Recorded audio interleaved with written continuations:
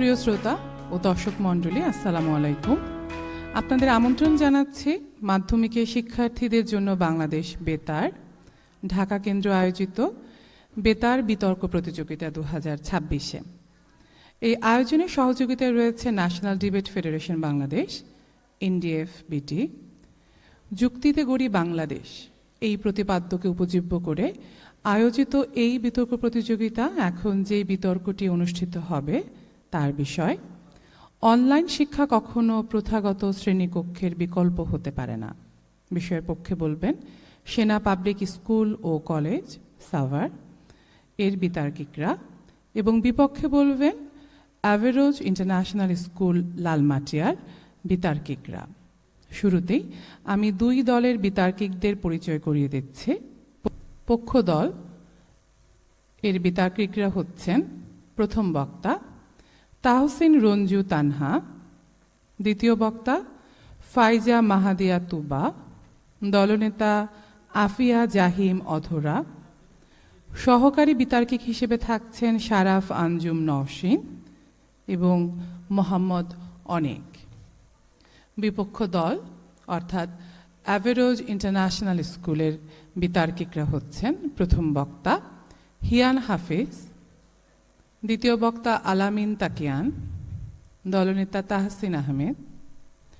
সহকারী বিতার্কিক হিসেবে থাকছেন আব্দুর রহমান চৌধুরী রিসান এবং মাইনুল ইসলাম মোহাম্মদ আলী। আজকের এই বিতর্কে বিচারক হিসেবে দায়িত্ব পালন করছেন জনাব আশিকুর রহমান আকাশ, মহাসচিব NDF Bangladesh, production and supply chain specialist ডি কাথালান। দ্বিতীয় বিচারক হিসেবে থাকছেন নাহিদুর রহমান দুর্জয়, যুগ্ম মহাসচিব NDF বাংলাদেশ, জাতীয় বিতর্ক প্রশিক্ষক প্রাথমিক শিক্ষা অধিদপ্তর, এবং ডাক্তার অদিতি আরা তৃষা, উপদেষ্টা NDF বাংলাদেশ, সহকারী অধ্যাপক, ঢাকা মেডিকেল কলেজ। এবার এই বিতর্কের নিয়মাবলী জানিয়ে দিচ্ছে। গঠনমূলক পর্বে প্রত্যেক বক্তা 4 মিনিট করে বক্তব্য প্রদানের সুযোগ পাবেন। সেক্ষেত্রে 3 মিনিটে সতর্ক সংকেত এবং 4 মিনিটে চূড়ান্ত সংকেত বাজানো হবে। যুক্তিখণ্ডন পর্বে উভয় দলের দলনেতা 2 মিনিট করে বক্তব্য রাখার সুযোগ পাবেন। সেক্ষেত্রে 1.5 মিনিটে সতর্ক সংকেত এবং 2 মিনিটে চূড়ান্ত সংকেত বাজানো হবে। চূড়ান্ত সংকেত বাজানোর পর প্রত্যেক বক্তাকে তার বক্তব্য শেষ করতে হবে। আমাদের এই বিতর্কে সময় সংরক্ষকের দায়িত্ব পালন করছেন মিশফাত আরা মাইশা। আমি প্রথমেই গঠনমূলক পর্বে পক্ষ দলের প্রথম বক্তা তাহসিন রঞ্জু তানহা তাকে আহ্বান জানাবো তার বক্তব্য উপস্থাপন করবার জন্য। অনলাইন ক্লাসের ওই চারকোনা স্ক্রিন দেখে মনে পড়ে যায় একটি কবিতার 2টি চরণের কথা। খাঁচায় দানা আছে, পানি আছে, নেই সেই মুক্ত বাতাস, পাখিটার গান আছে, সুর আছে, কিন্তু নেই সেই আকাশ বিলাস। অনলাইন শিক্ষা হচ্ছে সেই খাঁচার মতো যেখানে তথ্য আছে, প্রযুক্তি আছে, কিন্তু শিক্ষার্থীর বিকাশের জন্য যে মুক্ত এবং প্রাণবন্ত পরিবেশ প্রয়োজন সেই প্রাণবন্ত পরিবেশ সেখানে সম্পূর্ণভাবে অনুপস্থিত। এই মুক্ত এবং প্রাণবন্ত পরিবেশ যেখানে অনুপস্থিত তার নামই হচ্ছে প্রথাগত শিক্ষা ব্যবস্থা। অসংখ্য ধন্যবাদ মাননীয় মডারেটর আমাকে বিতর্কের এই মহান মঞ্চে আমার বক্তব্য উপস্থাপন করার সুযোগ করে দেওয়ার জন্য। মাননীয় সভাপতি, আজকে আমরা এমন এক প্রেক্ষাপটে দাঁড়িয়ে আছি যেখানে চতুর্থ শিল্প বিপ্লবের প্রযুক্তিগুলো আমাদের দৈনন্দিন জীবনের প্রতিটি ক্ষেত্রকে পুনর্গঠিত করছে। বিশেষ করে কোভিড-19-এর পর থেকে যখন আমাদের এই পৃথিবীতে অনলাইন শিক্ষা এক ব্যাপক বিস্তৃতি লাভ করেছে, তখন থেকে অনেক মানুষই মনে করতে শুরু করেছেন যে অনলাইন শিক্ষা গুরুত্বপূর্ণ এবং এর মাধ্যমে একটি শিক্ষা ব্যবস্থা পর্যালোচনা করা যায়, সুতরাং আমাদেরকে আর প্রথাগত শ্রেণীকক্ষের প্রয়োজন হয় না। কিন্তু একই সঙ্গে দীর্ঘ সময় স্ক্রিন নির্ভর জীবনযাপন, মনোযোগের বিচ্যুতি এবং সামাজিক বিচ্ছিন্নতার মতো চ্যালেঞ্জও আমাদের সামনে এসেছে, যা একজন শিক্ষার্থীর সামগ্রিক বিকাশকে প্রশ্নবিদ্ধ করছে। তাই এমতাবস্থায় সময়ের দাবিকে প্রাধান্য দিয়েই আজকের এই বিতর্কের অবতারণা। আর আমরা দৃঢ়ভাবে প্রস্তাব করছি অনলাইন শিক্ষা কখনোই প্রথাগত শ্রেণীকক্ষের বিকল্প হতে পারে না। মাননীয় সভাপতি, শুরুতেই চলে যাচ্ছি কিছু গুরুত্বপূর্ণ শব্দের সংজ্ঞায়নে। 1. অনলাইন শিক্ষা। এটি এমন এক ধরনের শিক্ষণ পদ্ধতি যেখানে শিক্ষক এবং শিক্ষার্থী একই স্থানে উপস্থিত না থেকে ইন্টারনেট এবং ডিজিটাল প্রযুক্তির মাধ্যমে দূরবর্তী স্থানে অবস্থান থেকে একটি শ্রেণী কার্যক্রম পরিচালনা করেন। প্রথাগত শ্রেণীকক্ষে বলতে বোঝাচ্ছি একটি শিক্ষা ব্যবস্থা যেখানে শিক্ষক এবং শিক্ষার্থী সরাসরি উপস্থিত থেকে পারস্পরিক মিথস্ক্রিয়ার মাধ্যমে সামাজিক দক্ষতা, মূল্যবোধ, জ্ঞান এবং অভিজ্ঞতা অর্জন করেন। আর বিকল্প বলতে বোঝাচ্ছি এমন এক সমতুল্য প্রতিস্থাপন যা মূল বিষয়ের কার্যকারিতা এবং গুণগত মান সম্পূর্ণভাবে ধারণ করে পূর্ণাঙ্গভাবে ওই বিষয়টির বিপরীত হিসেবে কাজ করতে সক্ষম। মাননীয় সভাপতি, পুরো বিতর্কটিকে আমরা আমাদের পক্ষে পরিচালনার জন্য আমরা পুরো বিতর্কটিকে 3টি ক্ষেত্রে দাঁড় করিয়েছি। 1, সামাজিক শিখন; 2, হাতে কলমে শিক্ষার সীমাবদ্ধতা; এবং 3, মনোযোগের স্থায়িত্ব এবং অনলাইন ঝুঁকি। এর মধ্যে প্রথম ক্ষেত্রটি আমি, দ্বিতীয় ক্ষেত্রটি আমার দলের দ্বিতীয় বক্তা এবং তৃতীয় বক্তা এসে তৃতীয় ক্ষেত্রটি বিশ্লেষণ সহ একটি সমন্বয় সাধন করে যাবেন। মাননীয় সভাপতি, মূল আলোচনায় প্রবেশ করার আগে আমি আমাদের বিপক্ষ দলের একটি সম্ভাব্য প্রধান যুক্তির আগাম খণ্ডন করে দিতে চাই। মাননীয় সভাপতি, লক্ষ্য করুন তারা আজকে আমাদেরকে কি বলবেন। তারা আজকে আমাদেরকে বলবেন যে এই অনলাইন শিক্ষাটা এটা প্রথাগত শ্রেণীকক্ষের বিকল্প, কিন্তু আমরা এটা মনে করছি না। আমরা মনে করছি এই যে অনলাইন শিক্ষাটা এটা প্রথাগত শ্রেণীকক্ষের কখনোই বিকল্প হিসেবে কাজ করতে পারে না, বরং এটি একটি সাধারণ মাধ্যম বা প্রয়োজনীয় ব্যবস্থা বা আপাত পরিস্থিতিতে একটি ক্ষেত্র হিসেবে কাজ করতে পারে। অর্থাৎ মাননীয় সভাপতি, আপনাকে একটা উদাহরণ দিচ্ছি। কোভিড-19 মহামারীর সময় অনলাইন শিক্ষা একটি প্রয়োজনীয় ব্যবস্থা ছিল শিক্ষা কার্যক্রম পরিচালনা করার জন্য, কিন্তু কোনো ব্যবস্থার সংকটকালীন প্রয়োগ তাকে কখনোই স্থায়ী এবং পূর্ণাঙ্গ বিকল্পে পরিণত করতে পারে না। মাননীয় সভাপতি, লক্ষ্য করুন, কারণ বিকল্প হতে হলে কেবল পাঠদান নয়, শিক্ষার অন্যান্য যেই উপাদানগুলি এগুলো উপস্থিত থাকতে হয়। এই উপাদানগুলি কি কি? যেরকম আমরা দেখতে পাচ্ছি সামাজিকীকরণ, ব্যক্তিত্ব বিকাশ, ব্যবহারিক দক্ষতা এবং মানবিক মূল্যবোধ গঠনের মতো প্রভৃতি ক্ষেত্র। এখন মাননীয় সভাপতি, এই প্রেক্ষাপটে দাঁড়িয়ে আমরা আমাদের বিপক্ষ দলকে একটি প্রশ্ন ছুড়ে দিতে চাই যে আপনারা যদি মনে করেন শিক্ষা, অনলাইন শিক্ষায় যদি আমাদের বিকল্প হিসেবে কাজ করে প্রথাগত শ্রেণীকক্ষের, তাহলে কেন কোভিড-19 পরবর্তী সময়ে সকল শিক্ষা প্রতিষ্ঠান শ্রেণীকক্ষে ফিরে গেল? আশা করি উত্তরটি দিয়ে যাবেন। মাননীয় সভাপতি, এবার চলে যাচ্ছি আমি আমার ক্ষেত্র বিশ্লেষণে। মাননীয় সভাপতি, শিক্ষার উদ্দেশ্য কেবলমাত্র জ্ঞানার্জন নয়, বরং একজন মানুষকে মানুষ হিসেবে বিকশিত করে তোলা, সমাজে পরিচালনা করা, সমাজে সে কিভাবে নিজের জীবনযাপন করবে তা সম্পর্কে তাকে শিক্ষা দেওয়া, অর্থাৎ একটি বাস্তববাদী কাঠামো কিন্তু এখানে উঠে আসছে। মাননীয় সভাপতি, আমরা যখন আজকের online education 19 prospects and challenges in Bangladesh গবেষণায় দেখছি যে অনলাইন শিক্ষার মাধ্যমে যখন করোনাকালীন সময়ে আমাদের জ্ঞান অর্জন বৃদ্ধি করা হয়েছিল, তখন সেক্ষেত্রে কিন্তু আমরা দেখতে পেয়েছি যে আমাদের এটা কার্যকর হয়নি। এর মূল কারণ হচ্ছে আমরা অনলাইন শিক্ষাকে কখনোই আমাদের বিকল্প হিসেবে ব্যবহার করতে পারি না। আর পুরো বিতর্কের বাস্তব গভীরতাকে স্পর্শ করে আমরা আমাদের বিতর্ক এখানেই শেষ করছি। ধন্যবাদ মাননীয় সভাপতি, ধন্যবাদ সবাইকে। ধন্যবাদ। এ পর্যায়ে আমি বিপক্ষ দলের প্রথম বক্তা হিয়ান হাফিজকে আমন্ত্রণ জানাবো তার বক্তব্য উপস্থাপনের জন্য। বিশ্বজোড়া পাঠশালা মোর, সবার আমি ছাত্র, নানানভাবে নতুন জিনিস শিখছি দিবারাত্র। মাননীয় সভাপতি, সম্মানিত বিচারক মণ্ডলী, বন্ধুপ্রতিম প্রতিপক্ষ এবং উপস্থিত সকলকে জানাই আন্তরিক শুভেচ্ছা। আজকের বিতর্কের বিষয় অনলাইন শিক্ষা কখনো প্রথাগত শ্রেণীকক্ষের বিকল্প হতে পারে না। আমি বিষয়ের বিপক্ষে বলছি। মাননীয় সভাপতি, প্রথমেই আমি বিকল্প শব্দটি ব্যাখ্যা দিতে চাই। বাংলা একাডেমির আধুনিক বাংলা অভিধানের মতে বিকল্প শব্দের অর্থ ভিন্ন ব্যবস্থা, অর্থাৎ বিকল্প মানে হুবহু একই রকম কোনো কিছু হওয়া নয়। বিকল্প মানে হলো কোনো একটি ব্যবস্থা অনুপস্থিত থাকলে সেই ব্যবস্থা আরেকটি প্রয়োজন পূরণ করতে সক্ষম হওয়া। যেমন মোবাইল ব্যাংকিং ব্যাংকের বিকল্প, ই বুক লাইব্রেরির বিকল্প, ভিডিও কনফারেন্স অফিস মিটিংয়ের বিকল্প, তেমনি অনলাইন শিক্ষা প্রথাগত শ্রেণীকক্ষের একটি আধুনিক ও কার্যকর বিকল্প। মাননীয় সভাপতি, প্রতিপক্ষ হয়তো কখনো শব্দটি ব্যবহার করে নিজেদের বক্তব্যকে শক্তিশালী করতে চেয়েছেন, কিন্তু কখনো এটি চূড়ান্ত শব্দ। এর মাধ্যমে তার প্রথাগত শ্রেণীকক্ষের বিকল্প হিসেবে অনলাইন শিক্ষাকে সম্পূর্ণভাবে অস্বীকার করেছে। কিন্তু আমিও আমার দল প্রমাণ করে যাব যে অনলাইন শিক্ষা কখনো কখনো প্রথাগত শ্রেণীকক্ষের একটি আধুনিক ও কার্যকর বিকল্প হতে পারে। আমি বিপক্ষ দলের প্রথম বক্তা হিসেবে আমাদের বিরোধিতার ক্ষেত্রটি সুস্পষ্ট করে যেতে চাই। পক্ষ দল যেখানে বলছে কখনো বিকল্প হতে পারে না, তখন সেখানে আমরা বলছি কখনো কখনো বিকল্প হতে পারে। তবে আমরা কিন্তু বলছি না যে অনলাইন শিক্ষা সবসময় শতভাগ শ্রেষ্ঠ, বরং আমরা বলছি আধুনিক বাস্তবতায় অনলাইন শিক্ষা একটি কার্যকর বিকল্প হতে পারে। মাননীয় সভাপতি, অনলাইন শিক্ষা ভৌগোলিক সীমাবদ্ধতা ভেঙে দিয়েছে। আজ গ্রামের একজন শিক্ষার্থী বিশ্বের সেরা শিক্ষক বা প্রতিষ্ঠানে ক্লাস করতে পারছে। যে শিক্ষার্থী অসুস্থ, প্রতিবন্ধী, কর্মজীবী কিংবা দূরবর্তী অঞ্চলে থাকে, অনলাইন শিক্ষা তার জন্য আশীর্বাদ। প্রথাগত শ্রেণীকক্ষে সবাই পৌঁছাতে পারে না, কিংবা সবাই প্রথাগত শ্রেণীকক্ষে পৌঁছাতে পারে না, কিন্তু অনলাইন শিক্ষা সবখানে সবসময় সবার জন্য উন্মুক্ত এবং অবারিত একটি শ্রেণীকক্ষ। আর সে কারণেই আমরা বলছি অনলাইন শিক্ষা কখনো কখনো প্রথাগত শ্রেণীকক্ষের একটি আধুনিক ও কার্যকর বিকল্প হতে পারে। মাননীয় সভাপতি, অনলাইন শিক্ষায় যাতায়াত খরচ নেই, সময় অপচয় নেই, আবাসন খরচ নেই। একজন শিক্ষার্থী ঘরে বসেই আন্তর্জাতিক কোর্স করতে পারছে। এটি শিক্ষাকে আরও সাশ্রয়ী ও সহজলভ্য করেছে। বিশেষ করে করোনা মহামারীর সময় আমরা দেখেছি, যদি সে সময় অনলাইন শিক্ষা না থাকতো তাহলে পুরো বিশ্বে শিক্ষা ব্যবস্থা বন্ধ হয়ে যেত। অর্থাৎ সংকটময় সময় অনলাইন শিক্ষা শুধু একটি আধুনিক ও কার্যকর বিকল্পও নয়, একটি অসাধারণ বিকল্প হিসেবে কাজ করেছে। মাননীয় সভাপতি, বর্তমান বিশ্ব ডিজিটাল। বর্তমানে চাকরির ক্ষেত্রেও অনলাইন যোগাযোগ, ডিজিটাল সহযোগিতা এবং প্রযুক্তিগত দক্ষতা দেখা হয়। অনলাইন শিক্ষায় শিক্ষার্থীদের ডিজিটাল লিটারেসি, স্বশিক্ষা, গবেষণা ভিত্তিক শেখা, প্রযুক্তি ব্যবহারের দক্ষতা অর্জিত হয়। অর্থাৎ ভবিষ্যতে ক্যারিয়ার গঠনের ক্ষেত্রেও অনলাইন শিক্ষা শুধু বিকল্প নয়, একটি কার্যকর মাধ্যম হিসেবে কাজ করে। এটাই প্রমাণ করে যে অনলাইন শিক্ষা কখনো কখনো প্রথাগত শ্রেণীকক্ষের একটি আধুনিক বা কার্যকর বিকল্প হয়ে ওঠে।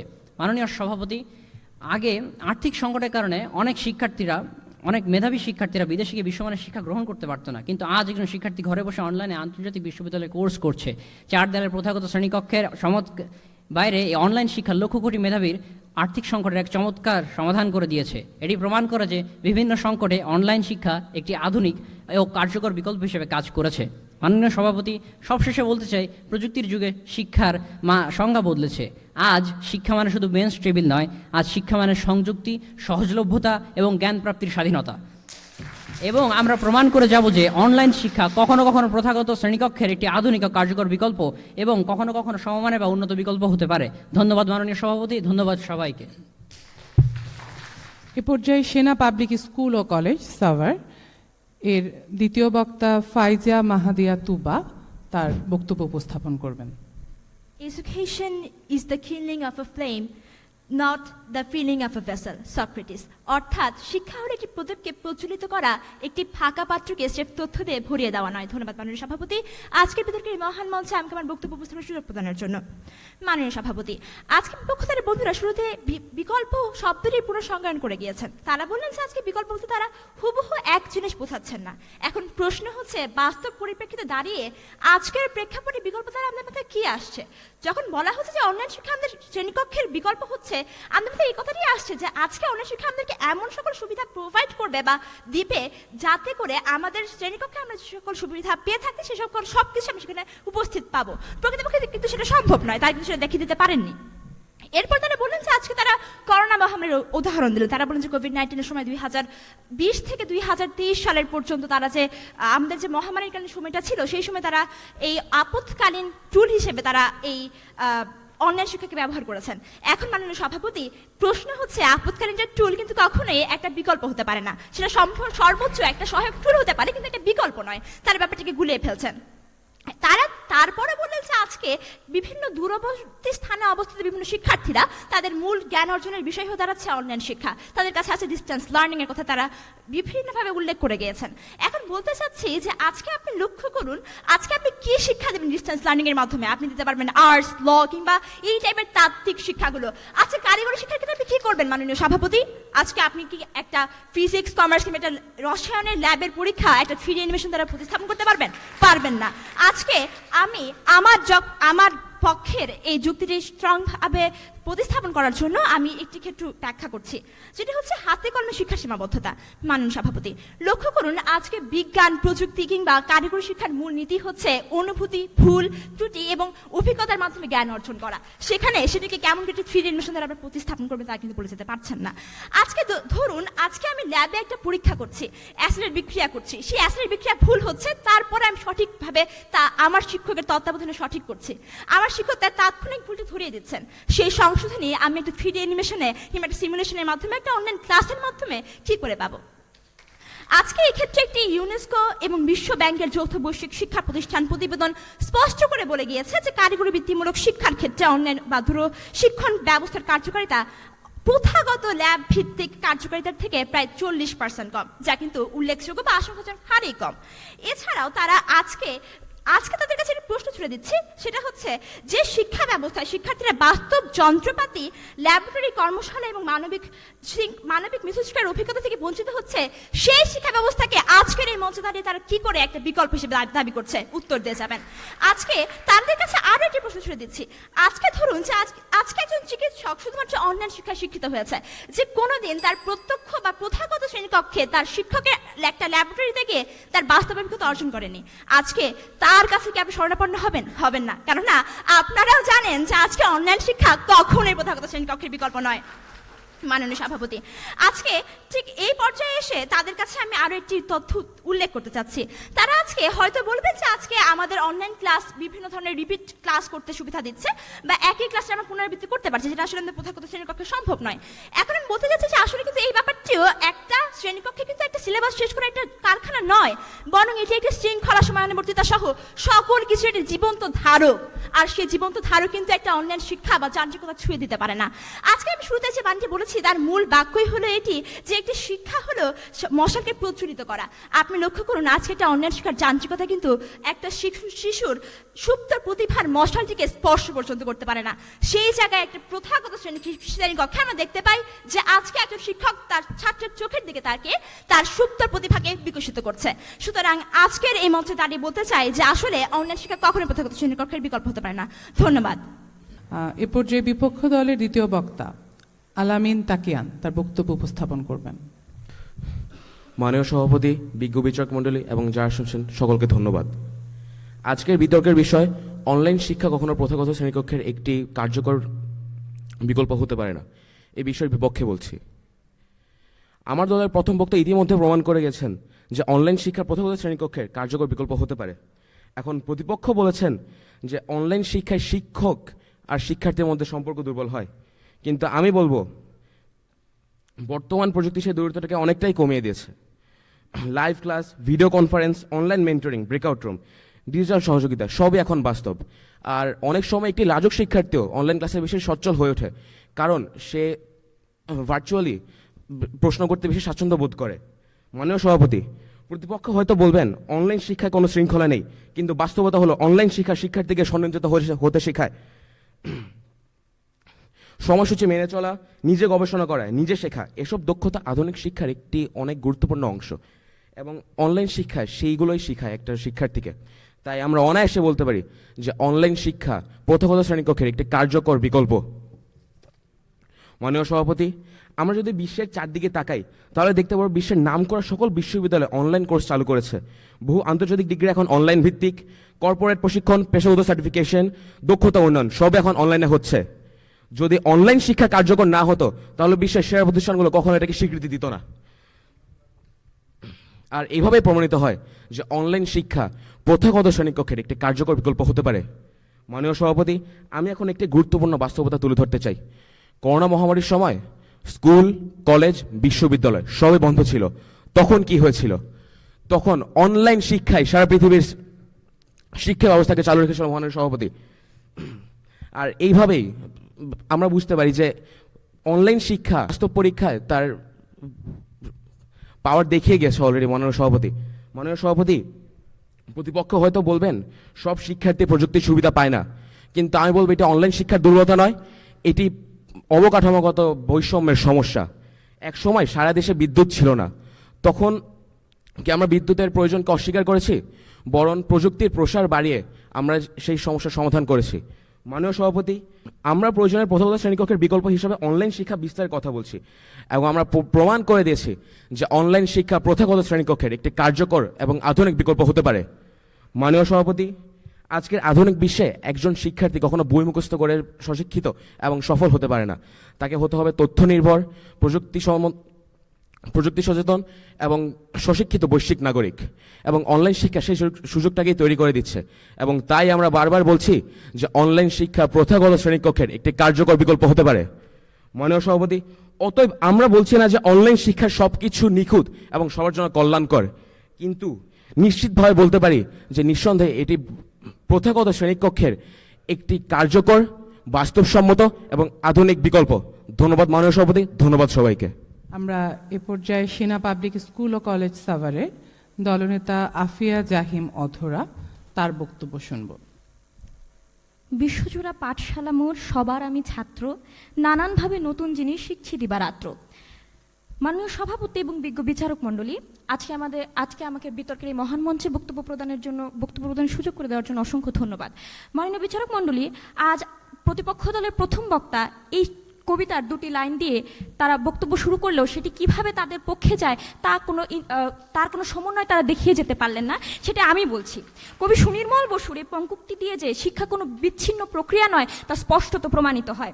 শিক্ষা একটি অখণ্ড ও সামগ্রিক অভিজ্ঞতা। কিন্তু প্রশ্ন হলো, এই বিশ্বজোড়া পাঠশালার সেই প্রাণবন্ত পরিবেশ যেখানে শিক্ষক এবং শিক্ষার্থীর পারস্পরিক মিথস্ক্রিয়া, সহপাঠীদের সাথে সামাজিক বন্ধন এবং যেখানে বাস্তব শেখার অভিজ্ঞতা রয়েছে, তা কি কোনো ভার্চুয়াল বা ডিজিটাল মাধ্যম দিতে পারবে আপনাকে?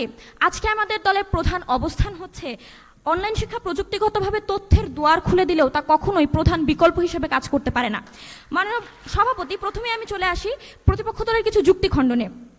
তারা বললেন বিশ্বের বিভিন্ন জায়গায় অনলাইনে স্বনামধন্য কিছু বিশ্ববিদ্যালয় কিছু কোর্স চালু করবে, কিন্তু মাননীয় সভাপতি, আমি যুক্তির খণ্ডনে বলতে চাই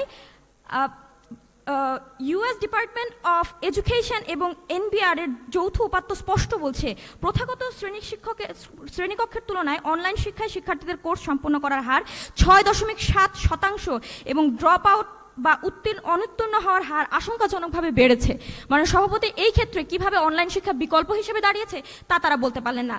তারা বলে গেলেন করোনাকালীন মহামারীর কথা, কিন্তু আমার পক্ষ দলের দ্বিতীয় বক্তা ইতোমধ্যে উল্লেখ করে গিয়েছেন করোনাকালীন মহামারীর সময় অনলাইন শিক্ষা একটি আপৎকালীন টুল হিসেবে ব্যবহৃত হয়েছে। এটি কখনো একটি পূর্ণাঙ্গ বিকল্প হতে পারে না, কেননা যখনই একটা ব্যবস্থাকে আমরা পূর্ণাঙ্গ বিকল্প বলে দাবি করছি, তখন সেই ব্যবস্থার যে সুযোগ সুবিধাগুলো আছে আমরা অন্য একটা ব্যবস্থাকে সেই সমতুল্য সুযোগ সুবিধার মধ্যে আনতে পারবো। কিন্তু মাননীয় সভাপতি, আমরা আজকে বলে যাচ্ছি যে প্রথাগত শ্রেণীকক্ষের কি কি সুবিধা আছে। প্রথাগত শ্রেণীকক্ষে আমার প্রথম বক্তা বলে গিয়েছেন, আমাদের শিক্ষা শুধুমাত্র কোনো তথ্য ভিত্তিক নয়। আমাদের শিক্ষা যখন হবে সামাজিকীকরণ এবং মূল্যবোধের বিষয়, সেগুলো মানুষ সভাপতি তারা অনলাইনের মাধ্যমে কিভাবে আনবেন তা তারা তুলে ধরতে পারলেন না। এরপর মাননীয় সভাপতি মূল্যায়ন প্রক্রিয়ার কথাও তারা বলতে পারলেন না। একটা অনলাইন শিক্ষা ব্যবস্থা আপনি নিশ্চয়ই মূল্যায়নের প্রক্রিয়াটা আমাদের উল্লেখ করে দিয়ে যাবেন, যেখানে আমরা আমাদের প্রথাগত শ্রেণীকক্ষের প্রক্রিয়া আমরা যেভাবে মূল্যায়ন প্রক্রিয়া সম্পন্ন করে থাকি, যেখানে আমাদের শিক্ষকের নজরদারি থাকে, কিন্তু অনলাইনের ক্ষেত্রে অনেক শিক্ষার্থীর বাবা মা চাকরিজীবী হওয়ার কারণে তত্ত্বাবধায়নটা থাকে না, যার ফলে অনলাইন ক্লাসে একজন শিক্ষার্থী সহজেই ক্লাস করছে কি করছে না তা বিচার করা সম্ভব হয় না। এর পর্যায়ে মাননীয় সভাপতি, আমি চলে আসি আমার নির্ধারিত ক্ষেত্র বিশ্লেষণে। মাননীয় সভাপতি, চিকিৎসা বিজ্ঞান আর বাস্তবতার কষাঘাতে বিপক্ষ দলের এই চিন্তাধারা কিভাবে চূর্ণ বিচূর্ণ হয়ে যায় তা দেখাতে আমি বলছি মনোযোগের স্থায়িত্ব এবং স্বাস্থ্য ঝুঁকি। মাননীয় সভাপতি, বিশ্ব স্বাস্থ্য সংস্থা WHO এবং Lancet child and adolescent health জার্নালের যৌথ গবেষণায় দেখা গেছে, দীর্ঘ সময় স্ক্রিনের সামনে বসে থাকলে অনলাইন শিক্ষায় অংশ নেওয়া 81% শিশু ও কিশোর প্রয়োজনীয় শারীরিক সক্রিয়তা থেকে বঞ্চিত হচ্ছে। মাননীয় সভাপতি, এরপরে এই কারণে স্থূলতা, মেরুদণ্ডের সমস্যা এবং চোখের উপর অতিরিক্ত চাপ পড়ছে। এরপর national institute of health US এর প্রতিবেদন অনুযায়ী দীর্ঘমেয়াদী দূরশিক্ষণে অংশ নেওয়া শিক্ষার্থীদের উপর এই জরিপ বলছে 70% শিক্ষার্থী চোখের সমস্যায়, 65% শিক্ষার্থী তীব্র অনিদ্রা ও মানসিক অবসাদে ভুগছে। মাননীয় সভাপতি, এইবার চলে আসছি একটি ফিল্ড বাই ফিল্ড তুলনামূলক চিত্র বা সমন্বয় সাধনে। আমরা পক্ষ দল 3টি সুনির্দিষ্ট মানদণ্ডে আমাদের কেস সাজিয়েছিলাম, যেখানে আমার প্রথম বক্তা ইউনেস্কো এর আমেরিকান সাইকোলজিক্যাল অ্যাসোসিয়েশনের দীর্ঘ সময় অনলাইনে থাকার জন্য দলগত কাজ ও সহানুভূতির মতো মৌলিক সামাজিক দক্ষতাগুলো হ্রাস পেয়েছে তা প্রমাণ করে গিয়েছেন। এরপর তারা বলছেন শুধুমাত্র অনলাইনের গ্রহণযোগ্যতার কথা, কিন্তু তারা অনলাইন ব্যবস্থাটা কিভাবে বিকল্প হতে পারে তার কোনো সুনির্দিষ্ট ব্যাখ্যা দিয়ে যেতে পারেননি। ধন্যবাদ মাননীয় সভাপতি, ধন্যবাদ সবাইকে। ধন্যবাদ। আমাদের আজকের বিতর্কের বিপক্ষে বলছেন অ্যাভারেজ ইন্টারন্যাশনাল স্কুল লালমাটিয়া। আমি তার দলনেতা তাহসিন আহমেদকে বক্তব্য উপস্থাপন করার জন্য অনুরোধ জানাবো। মাননীয় সভাপতি, বিজ্ঞ বিচারক মণ্ডলী এবং যারা শুনছেন সকলকে শুভেচ্ছা। আজকের বিতর্কের বিষয় অনলাইন শিক্ষা কখনো প্রথাগত শ্রেণীকক্ষের বিকল্প হতে পারে না। বিষয়ের বিপক্ষে বলছি, জ্ঞানকে বেঁধে রাখা যায় না চার দেওয়ালের মাঝে। শিক্ষা চলে সময়ের সাথে নিত্য নতুন সাজে। বিশ্ব যখন হাতের মুঠোয়, প্রযুক্তি যখন সাথী, শেখার পথে অনলাইন আজ সম্ভাবতার বাতি। মাননীয় সভাপতি, লেখক ও গবেষক অ্যালভিন টোফলা বলেছেন, the illiterate of the 21st century is not those who cannot read and write, but those who cannot learn, unlearn and relearn. অর্থাৎ একবিংশ শতাব্দীর প্রকৃত নিরক্ষর সে নয় যে কিনা পড়তে বা লিখতে জানে না, বরং সে যে কিনা নতুন বাস্তবতা মেনে নিতে এবং নতুন কিছু শিখতে পারে না। অ্যালভিন টোফলার এই উক্তি আমাদের মনে করিয়ে দেয় যে পরিবর্তনশীল পৃথিবীর শিক্ষার পদ্ধতিও পরিবর্তিত হবে, আর সেই কারণেই সেই পরিবর্তনের একটি শক্তিশালী রূপ হলো অনলাইন শিক্ষা। মাননীয় সভাপতি, প্রতিপক্ষ বলে গিয়েছিলেন যে অনলাইন শিক্ষা ব্যবহারিক ও ল্যাব শিক্ষা সম্ভব নয়। মাননীয় সভাপতি, হ্যাঁ, কিছু ক্ষেত্রে বাস্তব ল্যাবের বিকল্প নেই, কিন্তু বিতর্কের সময় কিছু বিষয় নয়। মাননীয় সভাপতি, পুরো শিক্ষা ব্যবস্থা, সাহিত্য, ইতিহাস, বাংলা, আইন, গণিতের বড় অংশ, কম্পিউটার বিজ্ঞান, বিভিন্ন পেশাগত কোর্স, এসব এখন অনলাইনে সফলভাবে শেখানো হয়। যদি চিকিৎসা শিক্ষার ল্যাব অনলাইন কঠিন হয়, তাহলে কি বাংলা সাহিত্যের অনলাইন শেখানো অসম্ভব? একটি বিশেষ ক্ষেত্রে সীমাবদ্ধতা কি পুরো ব্যবস্থাকে বাতিল করা যায়? মাননীয় সভাপতি, শুধু তথ্যের কথা নয়, আমরা বাস্তব জীবনেও দেখেছি 2020 সালে যখন করোনা মহামারী সারা বিশ্বে আঘাত আনলো, তখন স্কুল বন্ধ, বিশ্ববিদ্যালয় বন্ধ। সেদিন প্রথাগত শ্রেণীকক্ষ থেমে গিয়েছিল, কিন্তু শিক্ষা থামেনি। কেন থামেনি? কারণ অনলাইন শিক্ষা ছিল। মাননীয় সভাপতি, আজকের আধুনিক বিশ্ব প্রতিনিয়ত বদলাচ্ছে, কর্মক্ষেত্র বদলাচ্ছে, শেখার ধরন বদলাচ্ছে। আজ মানুষ অনলাইনে ব্যবসা করছে, অনলাইনে চিকিৎসা নিচ্ছে, অনলাইনে বৈশ্বিক যোগাযোগ করছে। তাহলে কেন শিক্ষা শুধু চার দেওয়ালের মধ্যে সীমাবদ্ধ থাকবে? মাননীয় সভাপতি, প্রথাগত শ্রেণীকক্ষ গুরুত্বপূর্ণ, কিন্তু গুরুত্বপূর্ণ মানেই একমাত্র নয়। একসময় ভাবা হতো অফিস ছাড়া কাজ করা অসম্ভব। আজ রিমোট ওয়ার্ক বাস্তবতায় আগেকার ধারণাকে ভুল প্রমাণিত করেনি কি? তেমনি প্রথাগত শ্রেণীকক্ষের বিকল্প অসম্ভব এমন ধারণা ইতিমধ্যে ভুল প্রমাণিত হয়েছে এবং অদূর ভবিষ্যতে হয়তো এটি একটি হাস্যকর উক্তিতে পরিণত হবে। মাননীয় সভাপতি, অনলাইন শিক্ষা শুধু আধুনিক শিক্ষায় প্রথাগত শ্রেণীকক্ষের বিকল্প নয়, বরং এটি শিক্ষা সমতা বা গণতান্ত্রিকরণের দিক দিয়েও বিকল্প। প্রথাগত শ্রেণীকক্ষে ইউনিফর্ম যেমন সামাজিক বৈষম্য দূর করে শিক্ষার গণতান্ত্রিকরণের ভূমিকা রাখে, অনলাইন শিক্ষাও ধনী গরিব, গ্রাম শহর এবং দেশ বিদেশের সীমা ভেঙে দিয়ে শিক্ষার সমতায় ভূমিকা রাখে। প্রথাগত শ্রেণীকক্ষের শিক্ষায় হয়তো শৃঙ্খলা তৈরি করেছে, কিন্তু অনলাইন শিক্ষা বৈশ্বিক শিক্ষা একটা শিক্ষা বিপ্লব ঘটিয়েছে। আর সে কারণেই আমরা বলছি অনলাইন শিক্ষা কখনো কখনো প্রথাগত শ্রেণীকক্ষের একটি কার্যকর ও আধুনিক বিকল্প হতে পারে। মাননীয় সভাপতি, পক্ষ দলে উপস্থাপিত যুক্তি ও বক্তব্যের পর আমরা বলতে চাই যে এই বক্তব্য বাস্তবতার সঙ্গে সাংঘর্ষিক, যে এই বক্তব্য প্রযুক্তির অগ্রগতিকারকে অস্বীকার করে, যে এই বক্তব্য শিক্ষা ব্যবস্থার পরিবর্তনকে অস্বীকার করে, সেই বক্তব্য আমরা কখনোই মেনে নিতে পারি না। মাননীয় সভাপতি, প্রতিপক্ষ বলেছিলেন যে অনলাইন শিক্ষার কারণে মানসিক ও শারীরিক সমস্যা বাড়তে পারে। মাননীয় সভাপতি, বাড়তে পারে এবং অবশ্যই বাড়ে, এটার মধ্যে অনেক তফাৎ আছে। মাননীয় সভাপতি, একটি যুক্তি হলো দীর্ঘ যাতায়াত, অতিরিক্ত কোচিং, ভারী ব্যাগ, শ্রেণীকক্ষের চাপ, এসবও শিক্ষার্থীর মানসিক ও শারীরিক সমস্যা বাড়তে পারে। অতএব কিছু ঝুঁকি থাকার অর্থ এই নয় যে পুরো পদ্ধতি বিকল্প হতে হবে। মাননীয় সভাপতি, প্রতিপক্ষরা প্রমাণ করতে চেয়েছে যে অনলাইন শিক্ষা কখনোই বিকল্প হতে পারবে না, কিন্তু আমরা এখানে কোনটি শ্রেষ্ঠ এটা প্রমাণ করতে এসেছি অনলাইন শিক্ষা কখনো কখনো প্রথাগত শ্রেণীকক্ষের বিকল্প একটি কার্যকর ও আধুনিক বিকল্প হতে পারবে। ধন্যবাদ মাননীয় সভাপতি, ধন্যবাদ সবাইকে। ধন্যবাদ। তাহসিনা আহমেদের বক্তব্যের মধ্য দিয়ে আজকের বিতর্কের গঠনমূলক পর্ব সমাপ্ত হলো। যুক্তিখণ্ডন পর্বের শুরুতেই আমি পক্ষ দলের দলনেতাকে বক্তব্য উপস্থাপনের জন্য আহ্বান জানাবো। ধন্যবাদ মাননীয় সভাপতি, আমাকে পুনরায় বক্তব্য প্রদানের সুযোগ করে দেওয়ার জন্য। মাননীয় সভাপতি, আজকে আমি বলতে চাই যুক্তিখণ্ডন পর্বে যে আমাদের দল থেকে উত্থাপিত একটি প্রশ্নেরও উত্তর তারা আজকে দিয়ে যেতে পারেননি।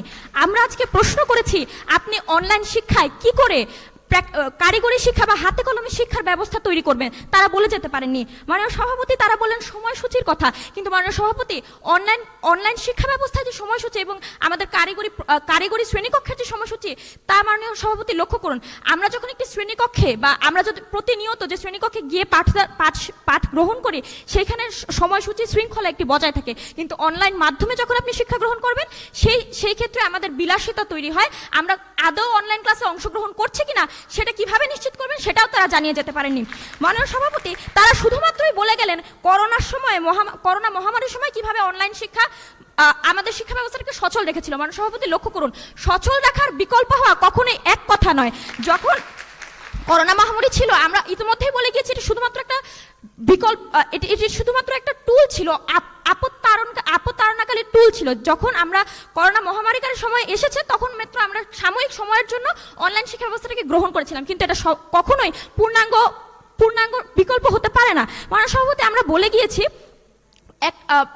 যখন প্রথাগত শ্রেণীকক্ষের যে সুযোগ সুবিধাগুলো, সেইগুলো যখনই কিনা অনলাইন শিক্ষা ব্যবস্থায় আমরা সেগুলো গ্রহণ করতে পারবো, তখনই সেটা একমাত্র বিকল্প হতে পারবে। মাননীয় সভাপতি, তারা অনলাইন ব্যবসার কথা আনলেন, যেটি আমাদের বিতর্কের সাথে সম্পূর্ণ অপ্রাসঙ্গিক। মাননীয় সভাপতি, তারা আমাদের আজকে দেখিয়ে যেতে পারলেন না যে অনলাইন শিক্ষা তারা সকল ক্ষেত্রে কিভাবে বাস্তবায়ন করবেন।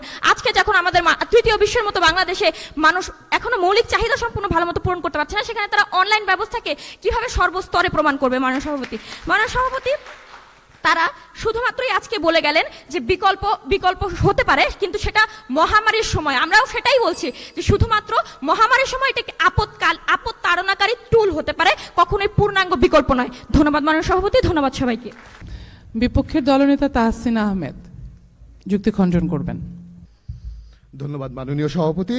পুরো বিতর্কে পক্ষদল একটি বিষয় প্রমাণ করতে পারেনি যে অনলাইন শিক্ষা কখনোই বিকল্প হতে পারে না। তারা শুধু দেখিয়েছেন যে কিছু ক্ষেত্রে প্রথাগত শ্রেণীকক্ষ কিছু অতিরিক্ত সুবিধা আছে, কিন্তু অতিরিক্ত সুবিধা থাকা আর বিকল্প না হওয়া এক কথা নয়। গাড়ির তুলনায় বিমানের সীমাবদ্ধতা আছে, গাড়ির তুলনায় বিমানের সীমাবদ্ধতা আছে, কিন্তু বিমানের তুলনায় গাড়িরও সীমাবদ্ধতা আছে। একইভাবে প্রথাগত শ্রেণীকক্ষের কিছু শক্তি আছে, অনলাইন শিক্ষারও কিছু শক্তি আছে। প্রশ্ন ছিল না কোনটি শ্রেষ্ঠ, প্রশ্ন ছিল অনলাইন শিক্ষা কখনো বিকল্প হতে পারে কিনা। মাননীয় সভাপতি দ্বিতীয় বক্তা বলে গেছেন অনলাইন একটি শিক্ষার্থী তার শিক্ষক আর সাথে অনলাইনে শিক্ষক আর শিক্ষার্থীর সম্পর্ক ভালো থাকে না। কিন্তু মাননীয় সভাপতি, হ্যাঁ, সরাসরি যোগাযোগের কিছু বিশেষ সুবিধা আছে, কিন্তু বিতর্কের বিষয় কোনটি বেশি ভালো নয়। প্রশ্ন হলো, সরাসরি যোগাযোগ না থাকলে কি শিক্ষা অসম্ভব হয়ে যায়? যদি তাই হয়, তবে দূরশিক্ষা, ওপেন ইউনিভার্সিটি, আন্তর্জাতিক অনলাইন ডিগ্রি এসব কিভাবে সফল হলো? অনেক শিক্ষার্থী শ্রেণীকক্ষে প্রশ্ন করতে লজ্জা বোধ করে, কিন্তু অনলাইনে চ্যাট, ফোরাম বা ব্যক্তিগত মেসেজের মাধ্যমে সহজে প্রশ্ন করতে পারে। মাননীয় সভাপতি, তৃতীয় বক্তব্য প্রশ্ন করেছিলেন অনলাইন ক্লাসে করার কারণে শিক্ষার্থীদের চোখে চাপ পড়ে। আমরা এটি অস্বীকার করছি না যে চোখে চাপ পড়ে না, কিন্তু আমরা দেখতে পারি প্রতিপক্ষরা প্রথাগত শ্রেণীকক্ষের থেকে বের হয়ে তারা বাসায় গিয়েই মোবাইল ফোনের মধ্যে আসক্ত হয়ে পড়ে। আমরা দেখতে পেরেছি একটি রিসার্চের মধ্যে যে 5 ঘন্টা 44 মিনিট হলো বাংলাদেশের একটি আনুমানিক যে প্রত্যেকটা মানুষ এটাকে করে থাকে। মাননীয় সভাপতি, করোনা মহামারী, দূর শিক্ষা, আন্তর্জাতিক অনলাইন ডিগ্রি, কর্মজীবী শিক্ষার্থী, প্রতিবন্ধী শিক্ষার্থী, দূরবর্তী অঞ্চলের শিক্ষার্থী, এই সব বাস্তব উদাহরণ ইতিমধ্যেই প্রমাণ করা হয়েছে। অনলাইন শিক্ষা শুধু বিকল্পই নয়, বহু ক্ষেত্রে একমাত্র কার্যকর বিকল্প হতে পারে। অতএব অনলাইন শিক্ষা কখনো প্রথাগত শ্রেণীকক্ষের বিকল্প হতে পারে না। এই চূড়ান্ত দাবি বাস্তবতা, যুক্তি এবং আধুনিক শিক্ষা ব্যবস্থার সঙ্গে সাংঘর্ষিক। ধন্যবাদ মাননীয় সভাপতি, ধন্যবাদ সবাইকে। ধন্যবাদ। তাহসিনা আহমেদের বক্তব্যের মধ্য দিয়ে আজকে অনলাইন শিক্ষা কখনো প্রথাগত শ্রেণীকক্ষের বিকল্প হতে পারে না এই বিষয়ে যে বিতর্কটি অনুষ্ঠিত হচ্ছিল সেটি আনুষ্ঠানিকভাবে শেষ হলো। উভয় দলের বক্তব্য শুনলেন আমাদের 3 জন প্যানেল বিচারক।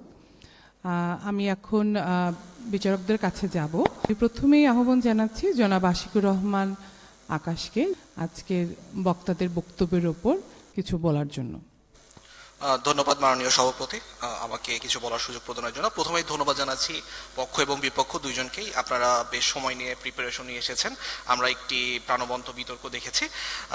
কিভাবে সামনের বিতর্ক আরো ভালো করা যায় সেটা নিয়ে কিছু পয়েন্ট আউট করব। সো প্রথমটা হচ্ছে, আমার কাছে মনে হচ্ছে আজকের যে বিতর্ক সেখানে একটা প্রেক্ষাপটটা একটা বড় ভূমিকা রাখতো দুই দলের ক্ষেত্রেই। যে আমরা যে বলছি যে অনলাইন শিক্ষা প্রথাগত শ্রেণীকক্ষের বিকল্প, এটা কাদের জন্য আসলে? এটাকে আমাদের যে শিক্ষা ব্যবস্থা আছে, এখানে প্রাথমিক আছে, এখানে মাধ্যমিক আছে, এখানে ইউনিভার্সিটি আছে, আবার আমরা যারা কর্পোরেটে এসে আমাদের বিভিন্ন ধরনের শিক্ষা গ্রহণ করতে হয়।